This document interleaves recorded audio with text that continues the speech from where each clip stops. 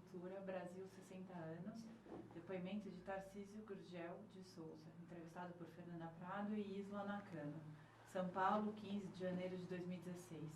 Entrevista número AFS HV40. Realização Museu da Pessoa. Tá, seu Tarcísio, primeiro eu gostaria de agradecer você ter aceitado o convite para essa entrevista. E para a gente começar, queria que você falasse para a gente o seu nome completo, o local e a data do seu nascimento. Primeiramente, eu também quero agradecer o gentil convite. Estou muito feliz por essa oportunidade, desse registro. Eu me chamo Tarcísio Gurgel de Souza, sou de Natal, Rio Grande do Norte, e um dos primeiros intercambistas do meu estado. Nasci em 10 de julho de 1947. Atualmente tenho 68 anos. E sou o coroa do FS do RN. Tá certo. E fala pra gente o nome dos seus pais. Meu pai é Vicente de Souza, minha mãe é Amália Gurgel de Souza. Meu pai, ao ficar viúvo, casou com a minha mãe e ele trouxe para esse convívio 7 filhos. Então eu venho de uma família grande. Talvez por essa influência houve também influência para a própria seleção no programa de intercâmbio, família grande. Eu sou o primeiro da segunda turma e tenho mais 2 irmãos, o Jorge e a Elizabeth. Tá. E fala pra gente um pouco da origem da sua família, assim, dos seus avós. Certo, eu venho da família Gurgel. É uma família que teve início no Rio de Janeiro. O primeiro migrante veio para cá, foi preso, que veio para combater os portugueses. E nesse presídio ele começou a namorar a filha do indivíduo que o prendeu. Foi em Cabo Frio. E de lá para cá a família se desenvolveu, cresceu muito no estado do Ceará, em Aracati, e no meu estado. Então o meu Gurgel vem da família da minha mãe e o Souza vem da família do meu pai. Só que no meu estado eu sou conhecido mais pelo Gurgel do que pelo Souza. E no programa de intercâmbio eles tinham muita dificuldade de pronunciar o meu Gurgel como nome e como Souza que saía Souza, e aproveitaram e deram o nome de Tarsi. É o nickname que eu sou conhecido lá no programa de intercâmbio por esse nome. Tá certo. Então conta pra gente um pouco dessa família cheia de irmãos. Então como é que era o convívio com os irmãos do pai, com os irmãos... Como uma família muito humilde, nós vemos família humilde, né? Minha mãe foi uma grande raladora, né? Ralou muito, porque ela tinha que cuidar bem dos filhos, dos 7 filhos, né? E eu até dizia para ela que quando ela casou ela estava meio desesperada, mas ela disse que não, que era muito amor. E nós éramos religiosos, éramos católicos, somos ainda, e frequentávamos a igreja. Eu fui coroinha do Colégio da Conceição, no Rio Grande do Norte. E nossa formação foi isso. Estudamos em colégios públicos. Quando o Ministério da Educação criou bolsa de estudo, eu me candidatei, passei e comecei a estudar em colégios privados. Mas na época o público que eu estudei era de uma excelente qualidade, como também os meus irmãos.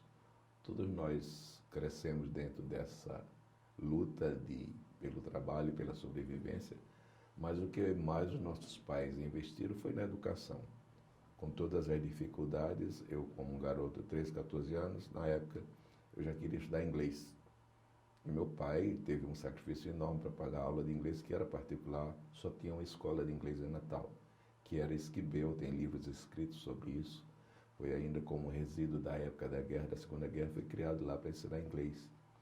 E eu comecei a estudar inglês também por essa missão de conhecer o mundo com 13, 14 anos. E nunca mais parei porque abriu minha porta do mundo todo o idioma inglês. Depois fiz faculdade de medicina, tive muita sorte, passei da primeira vez.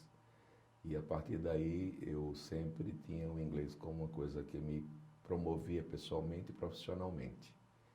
Eu era professor de inglês na época e a partir daí eu tinha muito pouco tempo do próprio estudo, eu só vivia estudar depois das 10 horas da noite. Mas nos trabalhos de equipe eu sempre tinha uma vantagem, que eu colocava os trabalhos de equipe da nossa turma em inglês. Então isso aí dava um plus. Cresci dentro do estudo, da humildade, da responsabilidade, tanto eu como os meus irmãos. Meu irmão depois evoluiu, ele foi servia cafezinho em banco do Bradesco, é o Jorge, Fiz concurso para 3 instituições, Polícia Federal, Banespa e Caixa Federal, e foi aprovado para a Caixa e fui trabalhar em Belém. Ele hoje é aposentado como superintendente, quer dizer, a autoridade máxima da Caixa pelos estados do Rio Grande do Norte, onde ele foi superintendente, e do estado da Paraíba. E minha irmã Elizabeth é uma das coordenadoras do processo de educação infantil no estado do Rio Grande do Norte, ainda gosta de trabalhar, e como eu, apesar de nós estarmos praticamente quase aposentados, porque eu não deixei de trabalhar. Sou pediatra por formação e especialista em pediatria, e como profissional também existia a função de perito da Previdência. Foram 2 atividades que muito me honraram e eu trabalhei com muito gosto pelo que faço. Ao me aposentar, como eu sou taque psíquico, não sei ficar parado, procurei trabalhar, então só 2 vezes na semana. Trabalho na terça e quarta, e o que eu recebo como complemento desse trabalho, é uma satisfação de trabalhar. Eu procuro viajar pelo mundo e aproveitar minhas oportunidades. Eventos, tenho uma vida social muito intensa. Casei, tenho 2 filhos, que graças a Deus estão encaminhados na vida. Um é o Igor, ele é paranaense, com muito carinho, foi cuidado.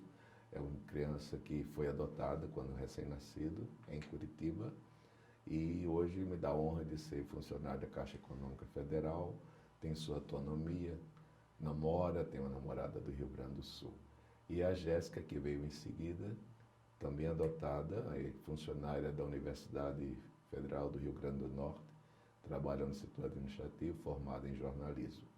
Então nós temos harmonia, eu sou hoje separado, mas temos uma harmonia muito grande com a ex-esposa e com os filhos. E graças a Deus isso me dá uma tranquilidade muito boa para fazer o que eu gosto na vida, viajar, escrever e socialmente participar da vida e voluntariado, todos esses aspectos eu também sempre participei. Tá certo. Eu queria voltar um pouquinho, queria que você falasse um pouco dos seus pais, né? O que eles faziam? Certo. O meu pai, ele se formou com 50 anos, com muita dificuldade. Ele era funcionário do Departamento de Portos e Canais Federal, e minha mãe era do lar. Tinha só o curso primário, mas tinha uma habilidade de escrever, que fazia as minhas cartinhas quando eu estava no programa de intercâmbio, e as cartas eram numeradas com muito carinho, vice-versa. E a minha mãe sempre foi dedicada ao lar e à educação dos filhos, ao cuidar dos filhos. Faleceu aos 90 anos, mas teve todo o apoio e carinho. E meu pai, na advocacia, ele se formou com 50 anos, quer dizer, foi uma vida muito difícil. E ele era o chamado advogado da pobreza.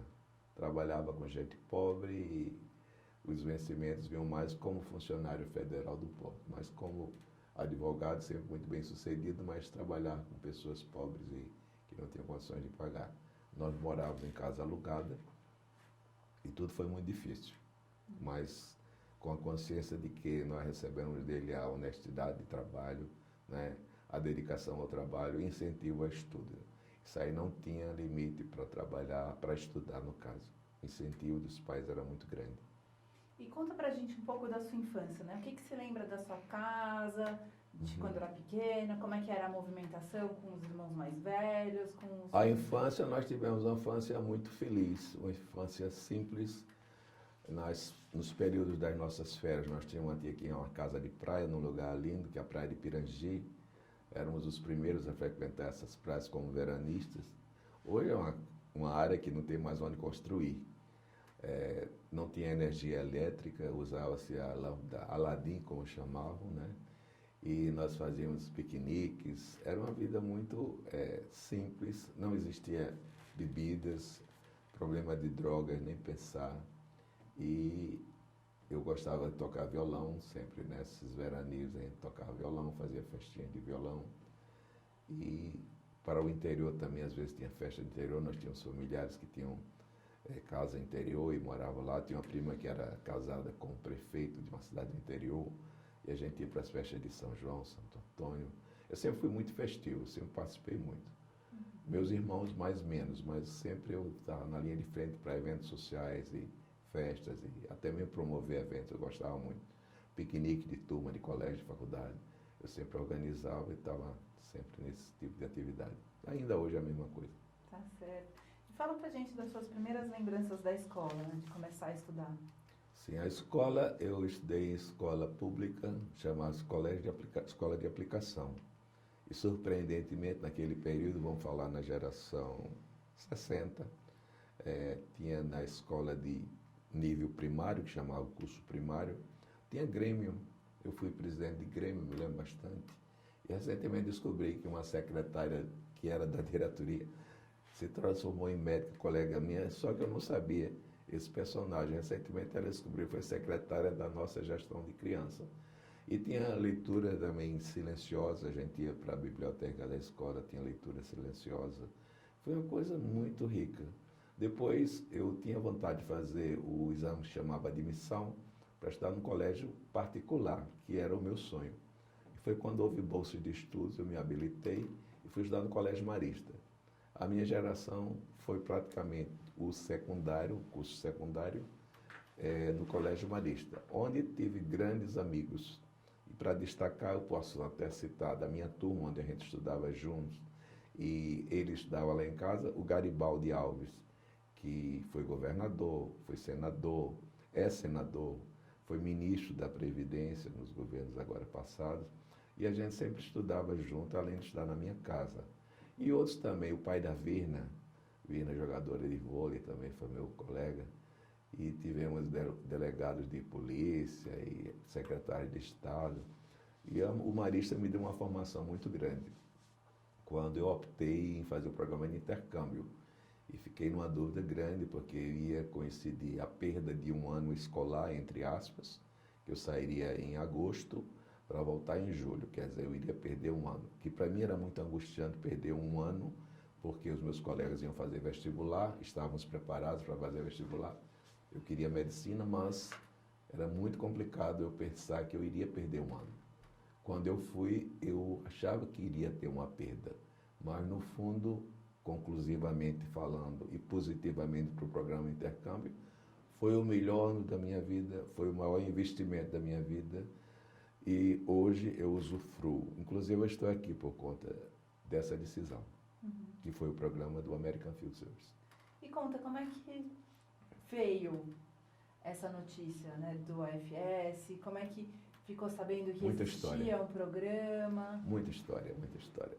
Eu estava fazendo inglês nessa escola, que era a única que existia, chamava-se Esquibel, era um americano, ele contratou pessoas para serem professores, e eu era o mais jovem da turma.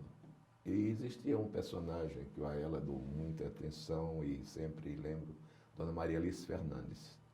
Ela era uma parteira, estudiosa, professora de inglês, e tinha muito prestígio com os americanos, que eu acho que nessa época da guerra ela era uma tradutora, articuladora, e ela fazia parte de uma instituição internacional chamada Fulbright, fazia palestras e viajava pelos Estados Unidos a convite dessa instituição. Quando voltava, eu sempre ia assistir as palestras dela.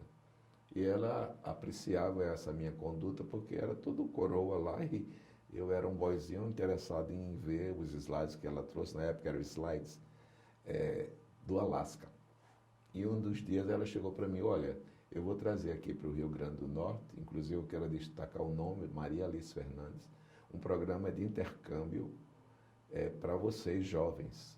Eu perguntei, o que é intercâmbio? Intercâmbio, você vai morar um ano com a família americana. Na mesma hora eu disse, eu não tenho condição. Minha família não tem condição de me manter lá um ano. Isso não é tudo de graça, você não vai gastar. Despesas são mínimas, outras coisas, apenas roupas e tudo que você vai ter que levar. Mas a passagem está tudo incluído. Eu praticamente enlouqueci quando soube essa história, que ela iria trazer, não tinha trazido. Eu deveria estar no terceiro ano de inglês, me sentindo já um pouco seguro para me comunicar. Quando trouxe, eu me habilitei numa segunda turma e fui aprovado sem que meus pais soubessem desses meus passos. Tinha uma entrevista em casa, foi quando a minha mãe soube e ficou extremamente preocupada, não queria que eu fosse, porque nessa época estava no boom da liberação sexual, do Woodstock, dos Beatles, do Rolling Stone, Michael Jackson. Foi muito interessante esse período e foi muito conflitante para minha mãe. Mas o meu pai convenceu-a que era o meu sonho, que eu queria, e que ela tinha que ser muito receptiva, as pessoas queriam entrevistar-me na minha residência. E daí a família era grande, mas eles já tinham casado, já estava morando com meu irmão e minha irmã, só os outros todos já tinham se decidido na vida, estavam morando fora. Mas isso aí deu um background para, no formulário, no application, dar esse detalhe, que eu vinha de uma família grande. E aí evoluiu, porque a minha família americana, dentro desses princípios, era uma família que era católica, como a minha, e era uma família grande de 7 filhos, que nos Estados Unidos você não encontra família com 7 filhos. E aí eu foi a experiência mais rica da minha vida. Conta então um pouquinho mais desse processo, né? De ser da segunda turma de Natal, que informações que você tinha, como é que foi ir fazer a prova escondido, depois a entrevista na sua casa, com a sua mãe. A partir daí eu comecei a me articular com as pessoas que tinham ido, que eu conhecia, mas não tinha aproximação. Fui na casa de Dona Margarida Araújo, a mãe de uma das que tinha ido, Lúcia.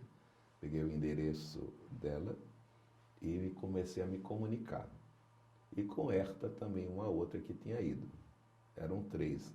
Herta Queiroz, Lúcia Araújo e Aníbal Rabelo. E então, a partir daí, eu comecei a me comunicar e receber as informações. Eu ficava fascinado quando recebia a carta dela. Só que a Lúcia começou a mandar a irmã se comunicar comigo. Então, eu arranjei um pen pal, né, um correspondente, da irmã de uma amiga que estava nos Estados Unidos, pouco conhecida para mim. E daí eu tive muitas informações do programa de intercâmbio através das duas. Tanto é que quando eu estava nos Estados Unidos, tive a oportunidade de visitar a família da Lúcia, que era em Wisconsin, vizinho ao meu estado de Illinois. Então aí foi um processo que eu comecei a descobrir. Eu tinha que me preparar melhor, tinha que falar bem o inglês, tinha que levar algum material sobre o Brasil. Na época não tinha digital, não tinha internet, era muito complicado. Tudo eu fazia era em transparência. E lá começou a aparecer o slide. As minhas palestras eu fazia em slides. E às vezes tinha 2, 3 numa semana, que eu era muito convidado, e meu irmão americano, ele sempre dizia, Thales, eu já sei essas palestras todas, se você quiser, quando tiver 2 no mesmo dia, eu vou fazer, porque eu sei que você vai ser. E aí foi através desses contatos que eu procurei ir. Viajei no dia 13 de agosto, era uma sexta-feira 13, do Galeão, do velho Galeão. Pela primeira vez a minha viagem internacional foi num Boeing 707 da Varg, que era um luxo, né? Era uma coisa fantástica. E viajando com 154 brasileiros, eu tenho o nome de todos que viajaram comigo, para Nova York, onde lá nós passamos 3 dias recebendo informações sobre os costumes americanos, informação pessoal sobre a família, os hábitos da família. Então foi uma coisa muito rica. E nós deslumbrados, né? Nova York simplesmente deslumbra qualquer mortal. Mesmo indo várias vezes a Nova York, toda a vida é uma coisa surprising. É uma grande surpresa Nova York. E daí nós somos de Greyhound, naqueles ônibus de primeiro andar, distribuídos por todos os Estados Unidos, para os seus destinos. Fomos a noite toda de um ônibus desses confortáveis, de primeiro andar, que era o Greyhound. E chegando em Chicago, nós fomos recebidos na Station, na base Station de Chicago, por todos os membros da família americana que lá estavam para me receber. Foi um momento muito emocionante e, assim, o início de uma nova vida. Conta pra gente dessas primeiras impressões da família, como foi chegar lá, ver uma casa diferente, que falava outra língua. Tudo muito impactante, muito impactante. Para mim, tudo era novidade. Primeiramente, passar a falar um novo idioma. A dificuldade de expressão fluente, que a gente não tem quando a gente chega, vai adquirindo com o tempo. A preocupação dos meus pais de me verem falando inglês fluente. A preocupação dos meus pais de eu ter pontualidade, de eu ser responsável. Na primeira semana tinha um jantar para ir, eu entrei no banheiro às 7:50, quando o jantar era 8 horas. E ele bateu a porta e disse, na próxima vez você entre no banheiro mais cedo, porque nesse país nós temos uma coisa importante que é horário. Nós chegamos atrasados, eles pediram desculpa, mas que a culpa tinha sido minha.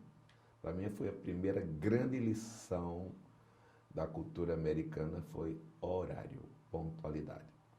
Depois observar as normas da família. Tinham tarefas que a mãe distribuía, a mamãe distribuía para a gente. A segunda-feira fazer faxina, então cada um tem que fazer faxina. Outro dia tem que engolar roupa. Tudo isso a gente fazia. Era coletivo, mas tinha a distribuição das famílias, das atividades. E quando nevou, foi logo em seguida, novembro, dezembro, os colegas da turma me ligaram que para mim era um grande momento de expectativa para ver a neve. Nós fomos para um tobogã, que estava nevando, já estavam liberando tobogã. Eu falei para o meu irmão americano que não tinha daddy nem mommy, queria me fazer eu não chegar atrasado depois do curfew time. Curfew time é aquele horário que eles têm para não deixar você chegar em casa tarde. Então, o meu curfew time era 11 horas na minha comunidade. Se nós dirigíssemos, no caso, o meu irmão dirigia, eu não podia dirigir, e qualquer coisa fora desse horário, os pais seriam punidos. No caso, meu pai americano ia ser multado e chamado, e ia muita complicação. Quando nós chegamos de volta, já atrasados, pelo menos meia-noite, culpa minha, o nosso pai americano ficou muito irritado e disse que nós íamos passar duas semanas sem ir para canto nenhum, porque foi culpa minha, mas quem veio dirigindo foi meu irmão, então ele também foi cúmplice. Passamos 2 semanas sem falar um com o outro. Então, outro ensinamento, a responsabilidade de cumprir as normas, de não dirigir. Na época nós não tínhamos bebida, nossos eventos eram sempre com Coca-Cola, hambúrguer, potato chips, as nossas festinhas eram essas. Eu tinha o hábito também de tocar violão. Meu pai americano tocava também, e nós inventamos fazer a família tocando, e sempre tinha eventos sociais. Minha mãe era muito festeira também, eu gostava muito disso. E às vezes faziam reuniões, e tinha hora de terminar e hora de começar. Isso também me estressava muito, que aqui no Brasil, na nossa cultura, nós não temos isso, né? De hora de começar e hora, chega a hora que quer, e tem a tal da saideira, que é uma expressão brasileira, que isso aí também foi uma adaptação um pouco difícil. Quando a gente estava gostando, aí o velho chegasse, foi muito bom. Quando ele dizia foi muito bom, então está na hora, já terminou a festa. E eu tenho esse hábito, quando eu faço recepção na minha casa com meus amigos, quando eu digo foi muito bom, o pessoal já sabe que o Tarcísio está mandando o pessoal embora que terminou. Então essas coisas fazem parte da cultura, né? Nós íamos de carro para a escola todo dia, meu irmão americano ia comigo, nós estudávamos juntos. Eu tive atividades profissionais, aliás, de estudos diferentes da dele, nós não estudávamos nas mesmas classes. Estudei, fiz parte do coral da escola que me encantava, a aula de coral eu gostava. Quando tinha apresentações de coral, eu sempre cantava.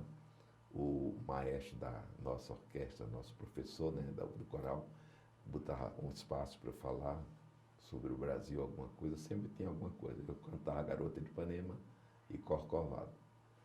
Essas coisas fazem parte da cultura, né? Depois vieram os eventos, Thanksgiving, Christmas Time, e eles muito participativos sempre me procuravam fazer parte disso.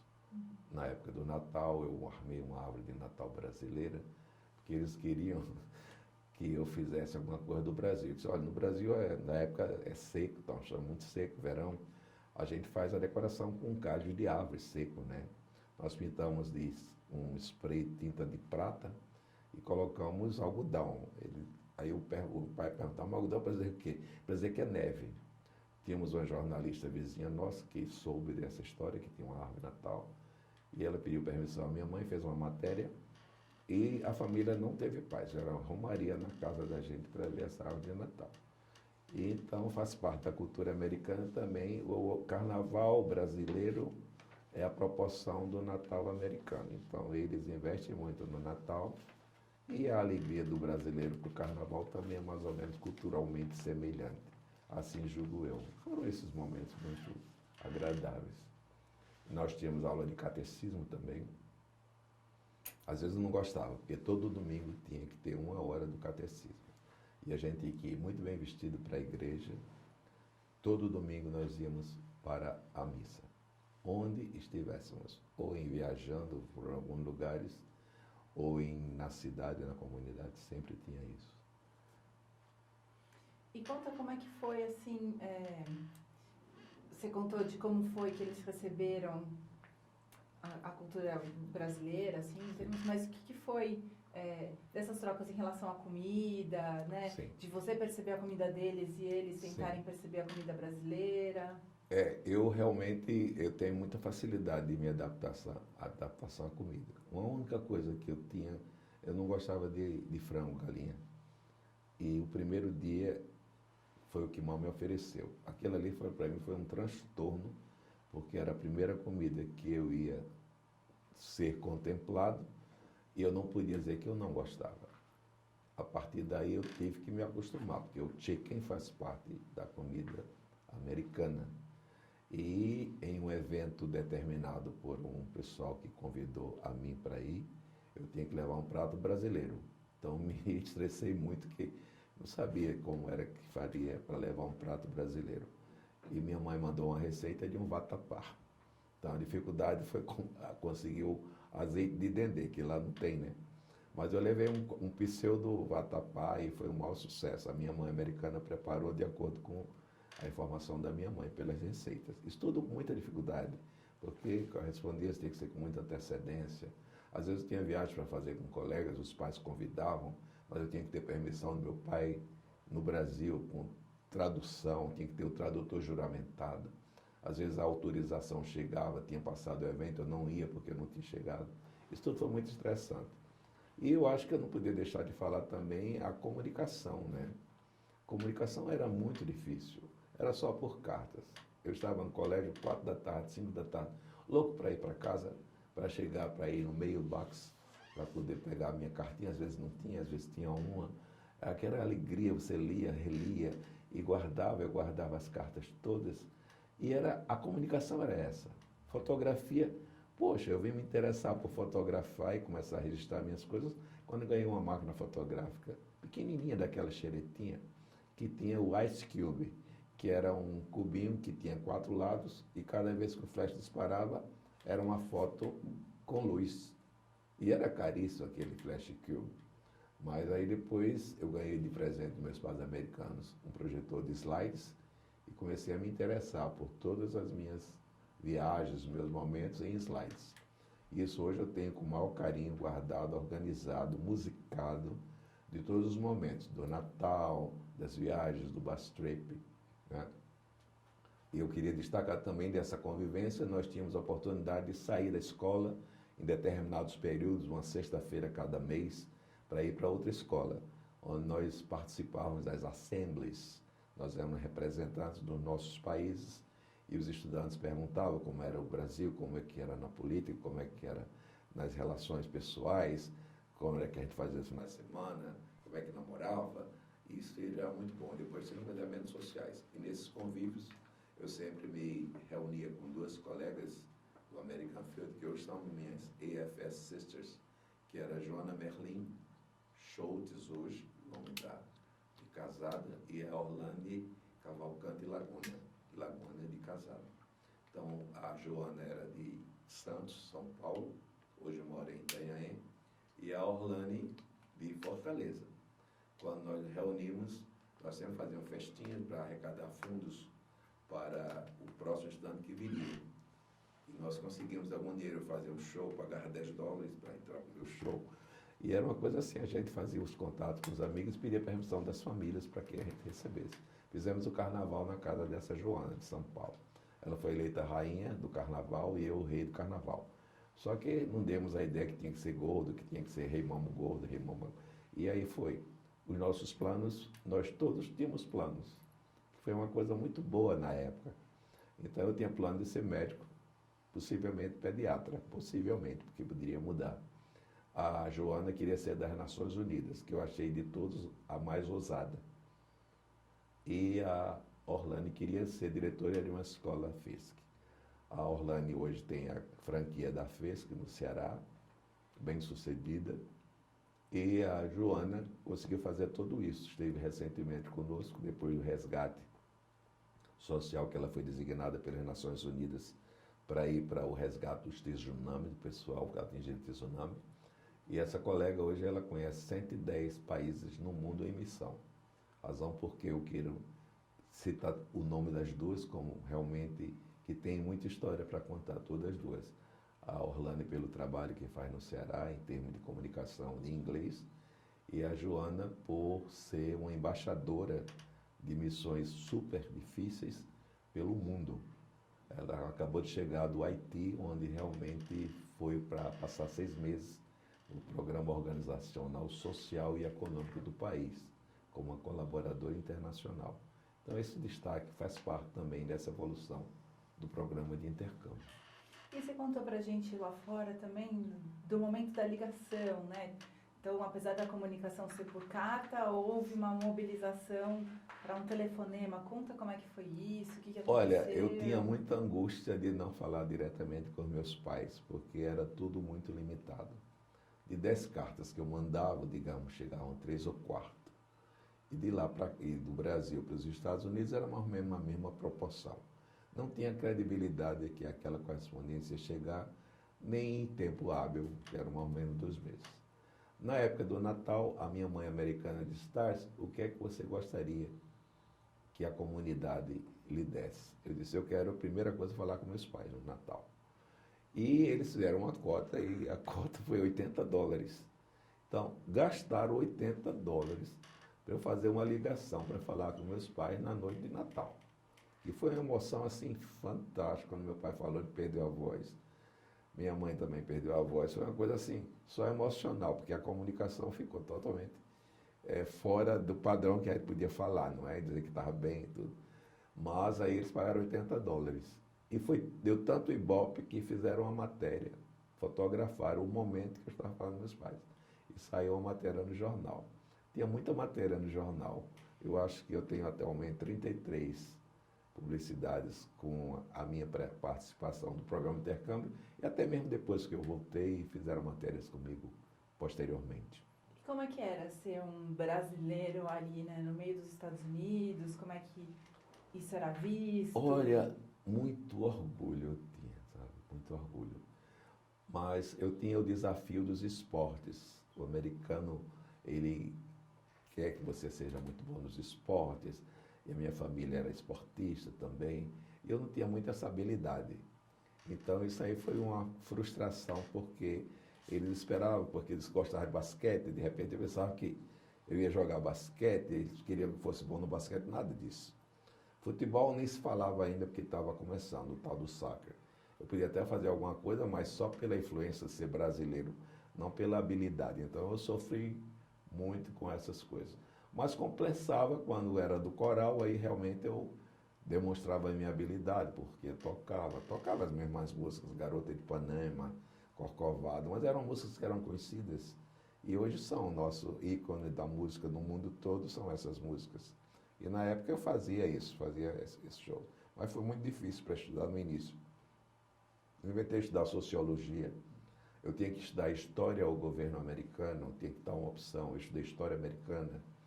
E tinha que ter inglês também. Eu fiz inglês 5, que era o inglês que a gente fazia parte de escrever, de ler, de interpretar textos. E tinha os trabalhos como as monografias. Eu fiz 2 monografias americanas na época na escola, que a gente tinha que fazer. Um foi sobre o racismo. Eu vivi muitas experiências em relação ao racismo nos Estados Unidos, porque era uma área muito racista. Na área de Chicago, a população é negra, mas existe muito racismo. E na minha escola não existia negros, só tinha brancos. E era uma cidade que ficava a 30 minutos de trem de downtown Chicago. O nome era West Chicago.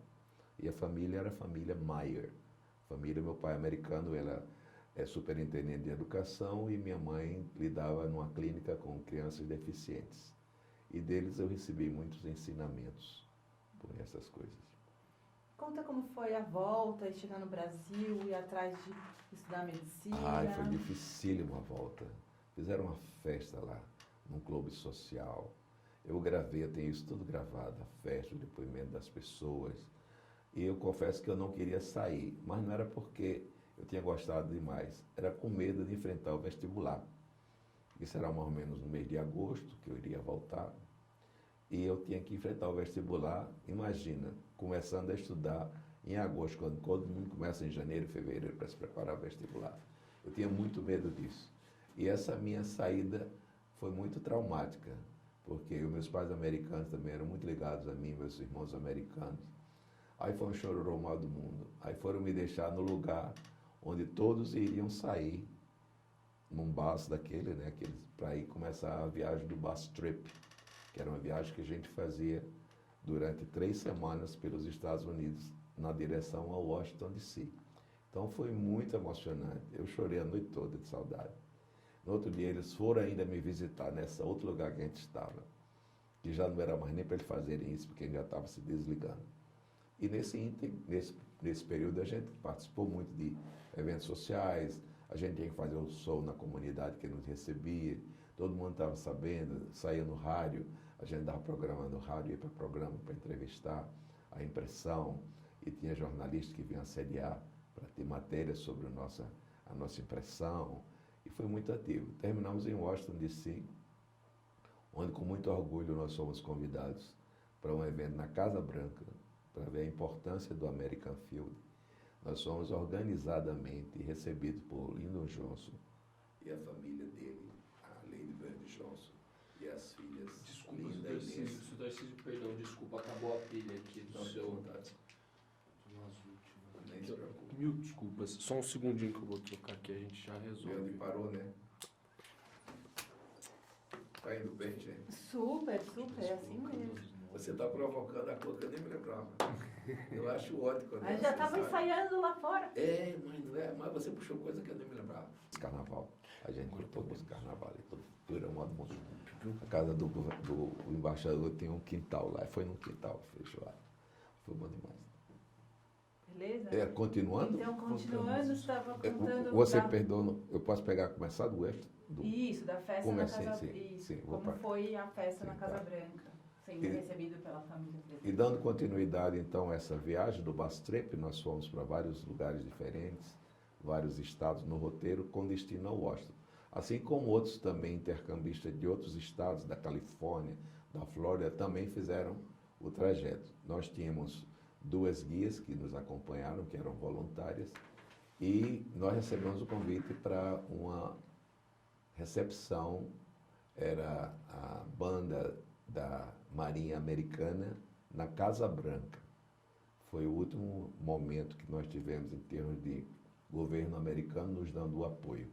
Então, eles têm esse convite que, para mim, eu acho que foi o convite mais importante que eu recebi, não só pessoalmente, mas todos os colegas brasileiros que estavam lá e do mundo também, que aí foram mais de 3.000 intercambistas na época, só que do Brasil éramos 150 desse grupo. E depois nós fomos, em um outro dia, convidados do embaixador na época, Vasco Leitão da Cunha Lima, para a casa do embaixador, onde nos recebeu com uma feijoada.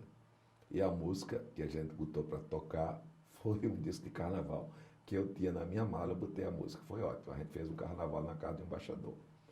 Depois nós dispersamos de todos os grupos, né, que eram países diferentes, cada qual foi pegar o seu voo em Nova York. Então, o grupo de Brasil foi direto para o aeroporto, o Kennedy, atualmente Kennedy. E aí a gente também agora nesse intervalinho comentou das questões tecnológicas, né? Então, quais foram essas diferenças que você sentiu, né? De sair do Rio Grande do Norte para ir... Olha, eu acho que a minha experiência hoje seria muito mais rica como uma pessoa de arquivo, que eu sou arquivista, do que no meu tempo. Eu saí de uma residência que eu não tinha televisão, mas eu tinha vizinho que tinha televisão preta e branca, para uma televisão colorida. Assisti na casa da minha família americana o lançamento do Gemini 5, colorida, que foi uma coisa fantástica. Os Rolling Stones acontecendo lá nos Estados Unidos, os Beatles na Inglaterra. E aqui a minha querida Elis Regina, Bethânia, Caetano apontando, o Chico, pós-banda. E foi um momento assim muito interessante dessa mudança. Não tinha máquina fotográfica, como falei, já recebi de presente no Natal. Então eu perdi muitos eventos desse período, que não era para ter perdido se hoje tivesse com a minha máquina digital. E o projetor de slide foi o meu hobby principal como registro. Ganhei de presente do meu pai americano. Para mim, era o meu meio de comunicação, o slide. Então, eu tenho o meu registro da minha experiência de intercâmbio em slides. Tudo gravado profissionalmente com música. E isso me dá muito orgulho de ter. E hoje em dia eu estou procurando preservar os slides tão bons. A qualidade era muito boa com a da Chrome. Isso aí foi a diferença cultural, né? Hoje as pessoas vão, já tem a máquina digital, já tem o WhatsApp, tem tudo que você possa facilitar a comunicação e informação imediata. Foi muito difícil. Eu sou da época da transparência, da época do projetor do slide e do slide. São objetos para mim que foram úteis no meu tempo, não desprestigio, tenho conservado como se fosse de hoje, mas eu teria lucrado muito mal mais no meu acervo se hoje eu tivesse, como hoje tem das minhas viagens pelo mundo, tudo em digital, musicado, tudo fantástico, é outra coisa. Tá certo. E aí você estava começando a contar da sua chegada no Brasil e a questão do vestibular e ir atrás de fazer medicina. Sim, aí passei na primeira vez no vestibular, foi muito difícil porque eu não tinha com quem estudar, porque as pessoas já estavam muito sabidas. E como eu tinha feito inglês nos Estados Unidos, isso eu tinha segurança que eu ia fazer uma prova boa. E também biologia, também tinha segurança. Eu investi pessoalmente na química e na física, que eu não tive coragem de essas matérias estudar nos Estados Unidos. Eu não tinha condição de absorver esse conhecimento. Mas aí, quando passei, eu comecei a fazer trabalhos de grupo, né? Como falei anteriormente, eu ilustrava os trabalhos de grupo na Faculdade de Medicina com inglês, isso me dava um point. Depois eu comecei a ser professor dos meus professores. Eles me convidavam para ser professor. Reunia 3, 4 colegas médicos lá deles. Eu era estudante de medicina, eu ia para a casa de um deles para dar aula de inglês. E o boom desse processo foi quando, no carnaval de fevereiro de 72, chegou a Natal um navio americano, hospital, chamado Hope, Health Opportunity for People Everywhere. O reitor da universidade mandou me chamar. Na época eu era professor de inglês da esposa do reitor. Então isso aí tudo abriu muito espaço para essas coisas. Para eu ficar no navio diretamente como estudante de medicina do último ano, oficialmente, no navio. Então era uma opção que era minha. Obviamente eu aceitei. Então eu tinha o crachá do navio, eu tinha acesso ao navio. A cada 3 meses vinham novas turmas. Eu ia receber o pessoal no aeroporto, eu saía com a turma, fazia amizade, fui convidado para morar nos Estados Unidos, para fazer residência lá, mas o meu objetivo era ir para o Rio fazer residência médica no Rio. O que me facilitou, porque quando eu comecei a traduzir os cursos do navio, eu começava a pedir o certificado do navio, que eu tinha sido o tradutor desse curso. Então, quando um colega ia fazer esse mesmo curso que eu fazia, que tudo era muito facilitado para a gente aproveitar ao máximo o conhecimento desses professores americanos que vinham cada 3 meses mudar a turma toda. E eles davam a aula de acordo com as especialidades e a gente fazia a organização. E eu organizava essas aulas, eu traduzia as aulas e controlava os pontos, frequência, diploma. Então eu recebia 3 diplomas e um colega recebia 1. Ele estava com 2, eu estava com 6. Ele estava com 3 diplomas, eu estava com vezes 3, era 9. Então isso aí tudo me deu uma abertura para querer a melhor residência no Brasil, que na época era nosso aos servidores, serviço do Dr. Luiz Torres Barbosa. Marquei uma hora para ele lá, fiz uma prova boa, porque eu estava atualizadíssimo. Eu estava por dentro de tudo que estava acontecendo por conta desse papel que eu tive, graças ao inglês, graças ao programa de intercâmbio. Resumindo, a primeira pergunta que ele fez, porque eu queria fazer residência lá no serviço dele. Eu disse, doutor Luiz, eu venho de uma família humilde, mas eu gosto muito de coisa boa. E o senhor sabe que o seu serviço é o melhor do Brasil, por isso que eu quero vir para cá. Como ele tinha o meu currículo na mão, a segunda pergunta ele fez em inglês, como é que eu tinha aprendido a falar inglês. Aí veio, a minha entrevista foi toda em inglês, não tinha nada a ver com medicina, foi só o American Field e o lugar que eu morava, que era perto da faculdade onde ele fez residência médica, Northwest University, e aí ficou uma conversa de compadre. Eu desisti das outras entrevistas que estava programado Peguei o avião, que eu paguei 10 prestações do Crédito 100 da VASP, para poder fazer isso e consegui, foi uma aprovação maravilhosa e vivi 2 anos maravilhosos. Lá continuei essa mesma história, quando os amigos professores internacionais dele vinham, ele me jogava para ir buscar no aeroporto, para sair com o pessoal, para traduzir os cursos, ele sempre organizava cursos. Eu era no meio disso. A última experiência foi um grupo do Japão que veio, eu fui convidado para ir para o Japão fazer um curso de neonatologia, que era a minha preferência. Mas aí eu disse que não queria. Ele nunca me perdoou, porque ele disse que eu deveria ter ido. Mas voltei e estou muito feliz com o que eu fiz, a minha decisão de ter voltado para a minha terra. E conta um pouco da sua carreira de médico, como você conciliou isso com as viagens? Muita coisa. Carreira de médico eu sempre fui muito dedicado, né? Fiz pediatria porque gosto. Na residência, quando você termina a residência, você tem que fazer o título de especialista. Eu consegui o título de especialista. Ao chegar, fui convidado por um ex-professor meu, que eu tinha sido professor na casa dele. Esse indivíduo era secretário de saúde na época, me convidou para gerir o maior centro de saúde de Natal. Eu, o mais jovem estudante de medicina, aliás, médico, mais jovem médico, para gerir uma turma já de horas de voo. Então foi o meu primeiro emprego, através do Dr. Lavoisier Maia Sobrinho. Esse cidadão era meu professor de ortopedia, de obstetrícia, e eu fui professor de inglês na casa dele. A esposa dele, Dona Vilma Maria de Faria, eu fui professor dela também. Os dois foram governador, um nomeado na época da ditadura, Dr. Lavoisier, e a Vilma depois eleita governadora do estado do Rio Grande do Norte. Então essas aí são coisas que aconteceram de uma maneira espontânea e que deu essa evolução. Então nesse período eu tive a oportunidade de fazer cursos fora. Fui para o Chile, onde passei 4 meses.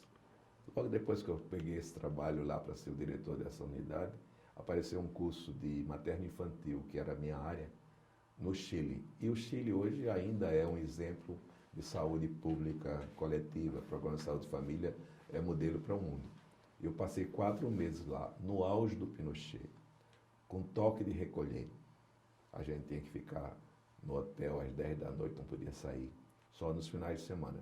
No auge do Bixis, no auge da discoteca. Então tinha em Vinha Del Mar, onde chama Top 5. Aí eu aproveitava o máximo. Final de semana eu saía para Vinha Del Mar, Valparaíso. E aí deu para conhecer bem o Chile nesse curso de 4 meses. Eu era muito jovem, chegado ao Natal.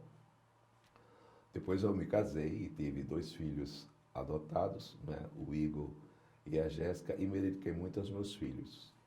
E nesse processo eu queria que todas as pessoas que não tinham filhos, que adotassem, que era uma coisa boa. Tinha o padre Sabino, que era um amigo da família, no qual ele tinha nos casado, e ele tinha uma comunidade carente, que tinha muitas crianças que eram abandonadas, e às vezes ele conseguia com os amigos da Itália que vinham, e ele conseguiu essas crianças. E às vezes eu atendia como pediatra. Eu tenho 2 de destaque. Uma é um casal italiano e um holandês, que adotaram essa criança. Foi uma adoção muito difícil, porque a mãe era de menor e teve que fazer escritura, e foi uma coisa muito complicada. Eu fui muito amigo desse casal. E hoje eles estão super felizes com essa adoção. O menino bem criado, bem educado, casou, é pai, tem um restaurante em Roma. E quando eu viajo para aquelas bandas, eu sempre vou para estar com eles, e a conversa da gente é a adoção, o sucesso da alegria. Esse é a família Velin. Ele é Zufa, engenheiro eletrônico da IBM, e ela era do lar. O garoto fala inglês comigo, porque estudou em Londres também, fala italiano com o pai por ser italiano e holandês com a mãe. E a gente sempre tem uns momentos muito agradáveis quando a gente se encontra. São de buscar no aeroporto e fazer todo aquele carinho. E uma outra que é Mrs. Anne Fryer, ela é da Orquestra Sinfônica de Nova York, estava adotando uma criança numa clínica que eu estava assistindo, e ela chegou para mim sem me conhecer, perguntou se eu falava inglês. Eu estava assistindo essa criança. E neste momento, até emocionante eu fico. Ela ficou muito feliz porque viu alguém falando inglês. Ela estava adotando aquela criança e queria saber o estado de saúde dela. Eu disse, senhora, muito grave.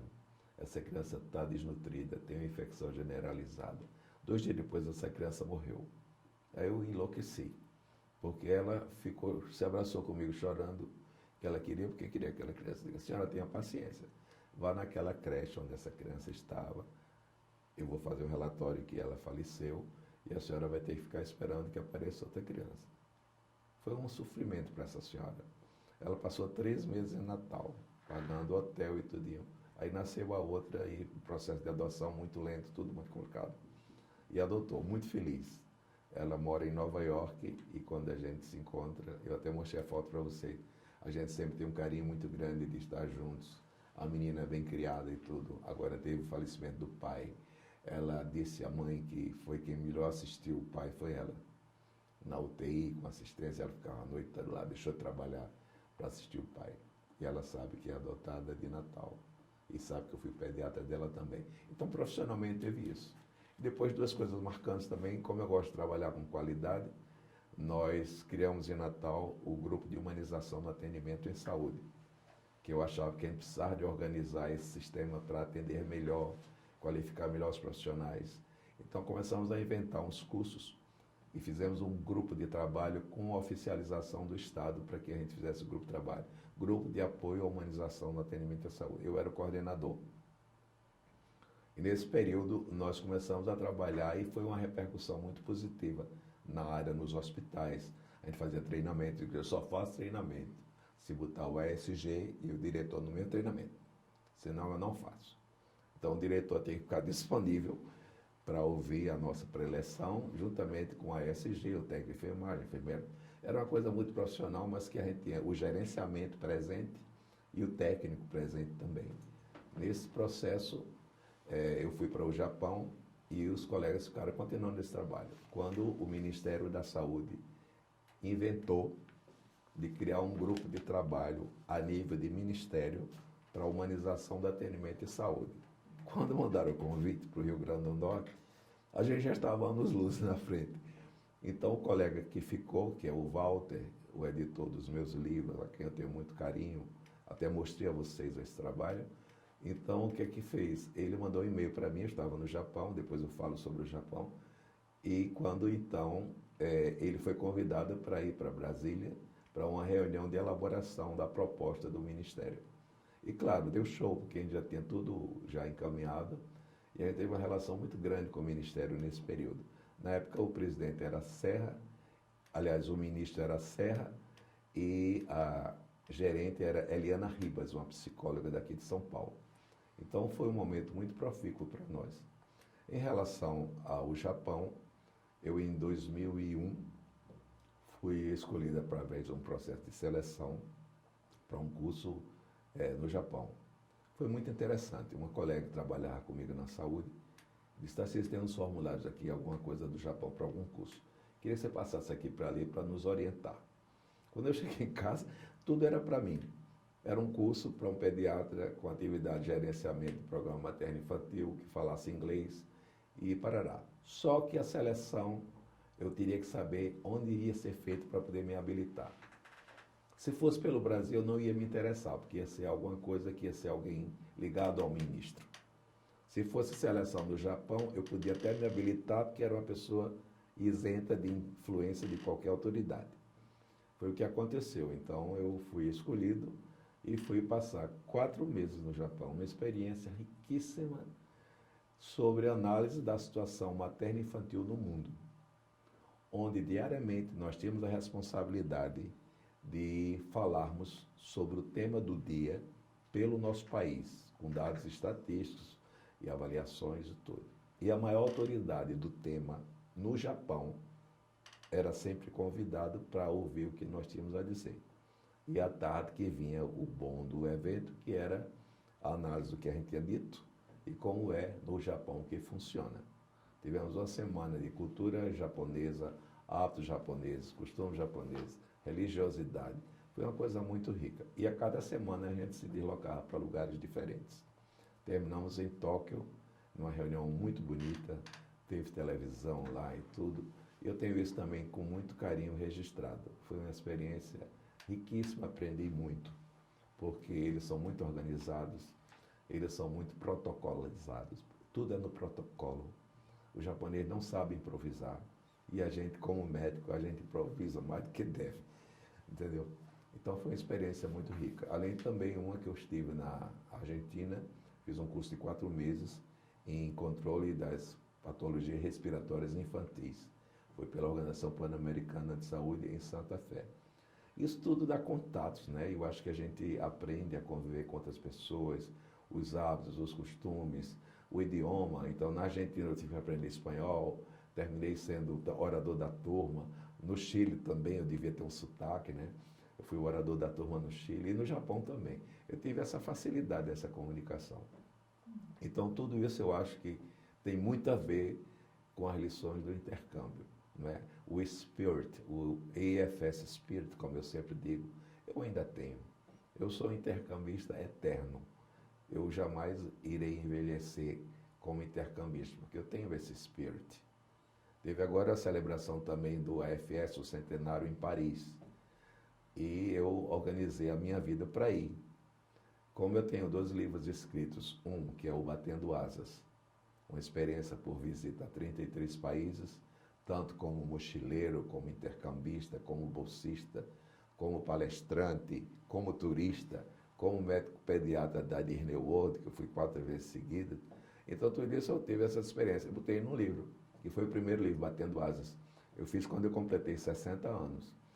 E como o meu grupo americano ia fazer 45 anos de formatura no high school lá, eu organizei um outro de intercâmbio, que foi esse que é o livro que eu tenho mais dedicado a atenção, porque é o registro, né? E eu fiz em bilíngue, quer dizer, esse livro, no lançamento foi esgotado, depois pedi outra edição para levar para os Estados Unidos para os 45 anos. Então, todos os meus familiares americanos, que são muitos, têm o livro. Até os filhos pequenininhos eu dei para cada um, todos receberam. São 7 filhos, né? Já morreu um, e os pais também, mas tem os netos, tem as esposas. E depois foi para levar para o American Field em Nova York, onde eu tive uma reunião com o Dr. Vicenço, que é o presidente do UFS, eu acho que ainda é, porque estava em Paris. E foi muito bom, porque ele deu atenção ao livro, eu levei um material, uma folheteria linda de Natal, e presenteei, ele ficou encantado. E em Paris, ao chegar em Paris, um detalhe que eu falei para vocês, eu vou repetir aqui porque é tão interessante, eu reclamei porque eu cheguei muito cedo, cheguei 1 hora antes para o primeiro momento, que era um café da manhã, depois ia ter a sessão plenária com as autoridades do AFS em Nova York, no Mundo de Paris. E eu reclamei porque eles não botaram as bandeirinhas dos países nas mesas, né? Ela disse então que, doutor, o senhor não pense assim, que não é para estar bandeirinha, porque vocês são do mundo. Eu me choquei e tinha uma plaquinha na minha mesa, eu botei, eu sou do Brasil, come and join us, eu não quero ficar só. E foi a mesa que mais juntou gente. E teve a alegria, porque como eu tinha o livro escrito, acredito que era o único que tinha levado alguma coisa desse documentário, alguns levaram banners, colocaram os banners, teve exposição, mas livro eu só vi lá circulando o meu.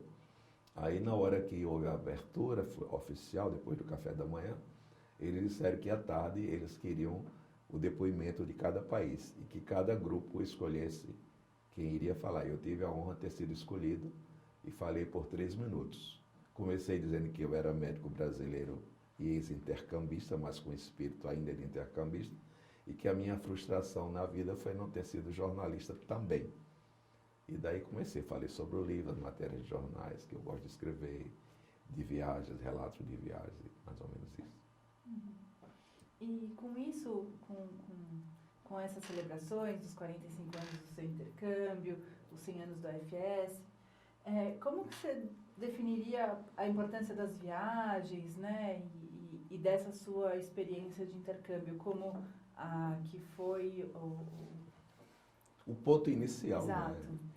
Eu acho que aí, como resumo de tudo que eu já falei, foi a maior experiência e a melhor por mim vivida, a me abrir o espaço, o mundo, para conhecê-lo, respeitando as pessoas, respeitando os costumes, administrando os problemas, procurando ver as alternativas quando nas viagens acontecem imprevistos. Sempre os meus imprevistos, eu sempre consigo desenrolar, como a gente diz na expressão popular. E aí isso deu um amadurecimento. E aqui eu vou destacar algumas coisas que são da evolução. Já entrei nos Estados Unidos a minha segunda vez. Eu fui passar o Natal com a minha família americana. O único que sabia era o irmão americano que morava em Miami. De lá eu ia para Chicago de surpresa. Eu sabia que eles iam se reunir nessa segunda residência dos meus pais americanos. Ao chegar em Chicago, aliás, em Miami, o meu visto estava vencido. Você já pensou, você entrar nos Estados Unidos com o visto vencido? Na época foi antes do Trade Center, antes de todos esses estresses. Então, quem me salvou foi a carta do meu americano. Então, a Varig, na época, teve que pagar $10.000. A policial, na hora, me deu apenas 15 dias. Eu fiquei estressadíssimo, que ia passar 30 dias.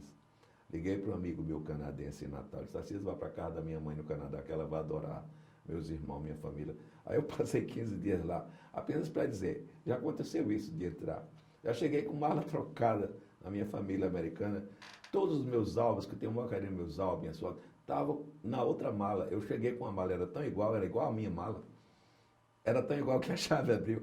Quando eu abri a mala, tinha camisola, sutiã, peruca, que não era nada meu. E no outro dia nós voltamos no aeroporto de O'Hare, em Chicago, meu pai americano foi comigo, eu levei o passaporte, eu levei o ticket da bagagem, o roteiro, tudo, para me identificar que eu tinha levado a mala errada. O rapaz não perguntou nem meu nome, foi lá, essa que é, trocou. Então parece mentira o que eu estou falando, porque não teve registro de nada. Tudo isso antes do Trade Center. E outro imprevisto também, que faz parte desse amadurecimento que eu quero dizer para você, fui fazer uma palestra em Denver, no Colorado, como estudante de medicina, estava no 4º ano de medicina. Houve um evento no Colorado e eu fui escolhido. E preparei a palestra em transparência. Era a Universidade Brasileira. Naquela época, sem Google, sem pesquisador, sem nada. Foi um horror. Eu levei minha palestra na mala, tudo pago.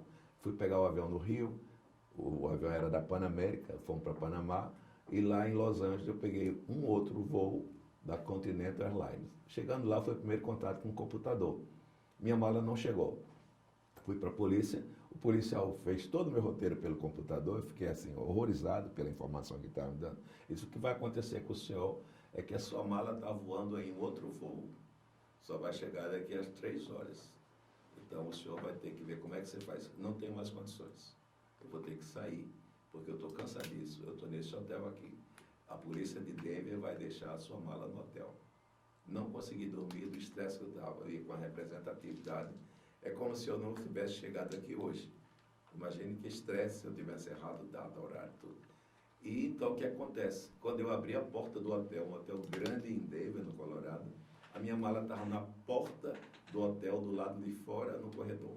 E o pessoal passando para lá e para cá, minha mala encostada com o cartão. A polícia de Denver deseja boas-vindas.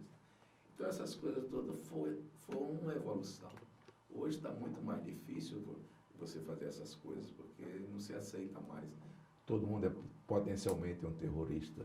Mas tive experiência de vida fantástica. Marrocos, adoro Marrocos.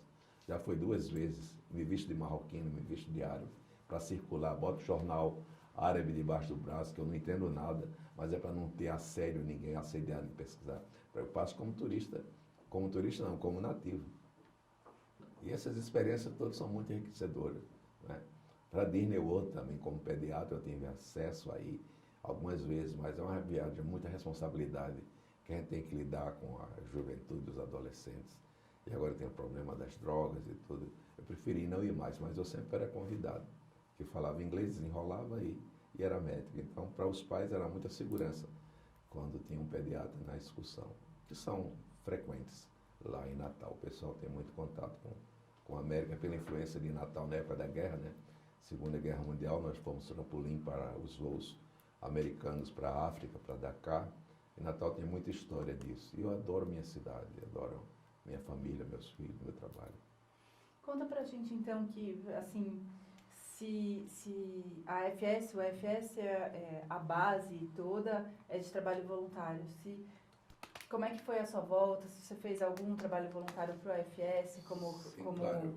como resposta à oportunidade que você tinha tido? Com como certeza. É que está o comitê de Natal? Com certeza. Isso é muito bom lembrar, porque eu fui presidente do AFS logo depois que eu cheguei. Eu assumi substituindo a Herta, que foi da primeira turma. Foi quase como uma hereditariedade cronológica.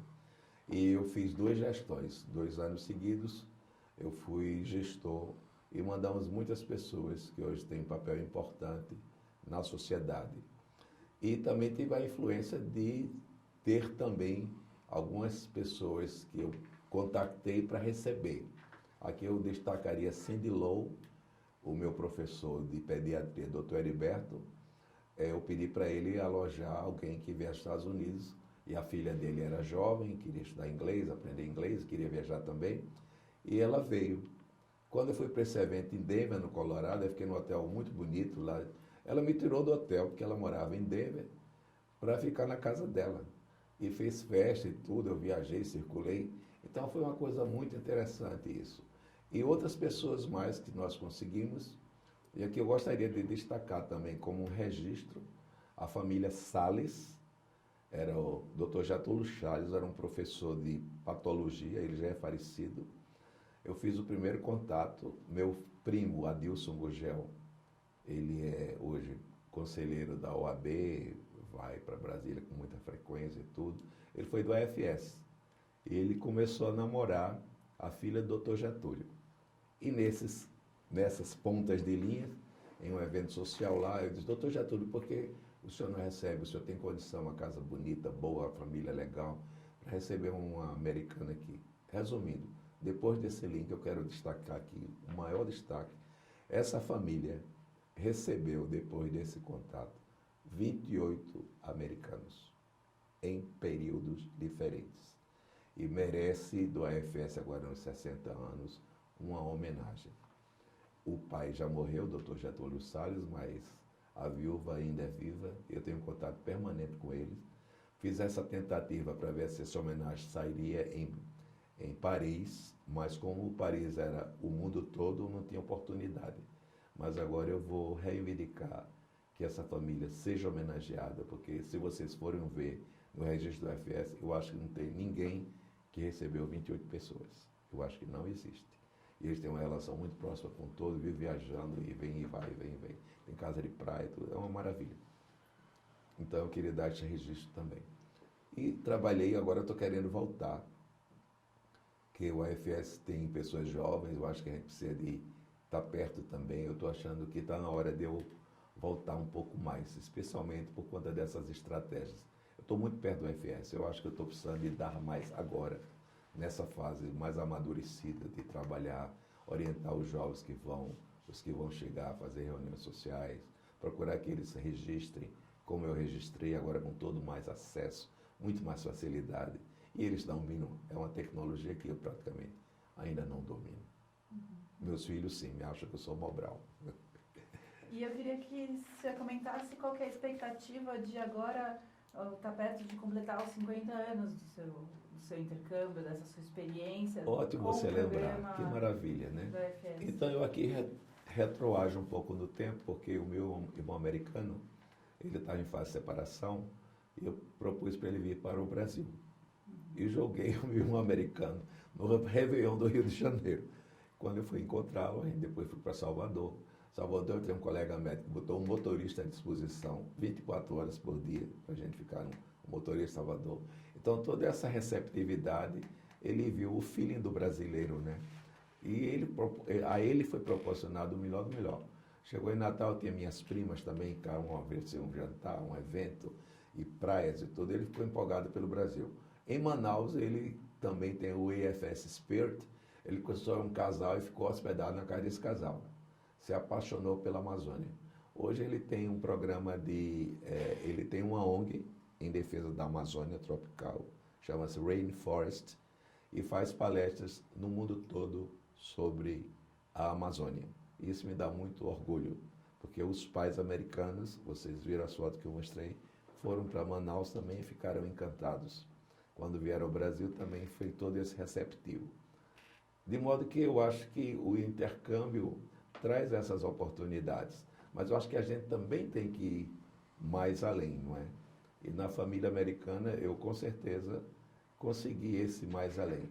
Depois ele já voltou e ao assunto que você perguntou, nos 45 anos, eu levei o livro e agora eu recebi a correspondência da comissão organizadora que nós vamos ter um evento no hotel em Chicago nos dias 22, 23 e 24. E nesse evento vai ter piquenique, vai ter visita à escola, vai ter alguma palestra de alguém, vai ter a vida. Eu vou me organizar bastante para essa volta em setembro.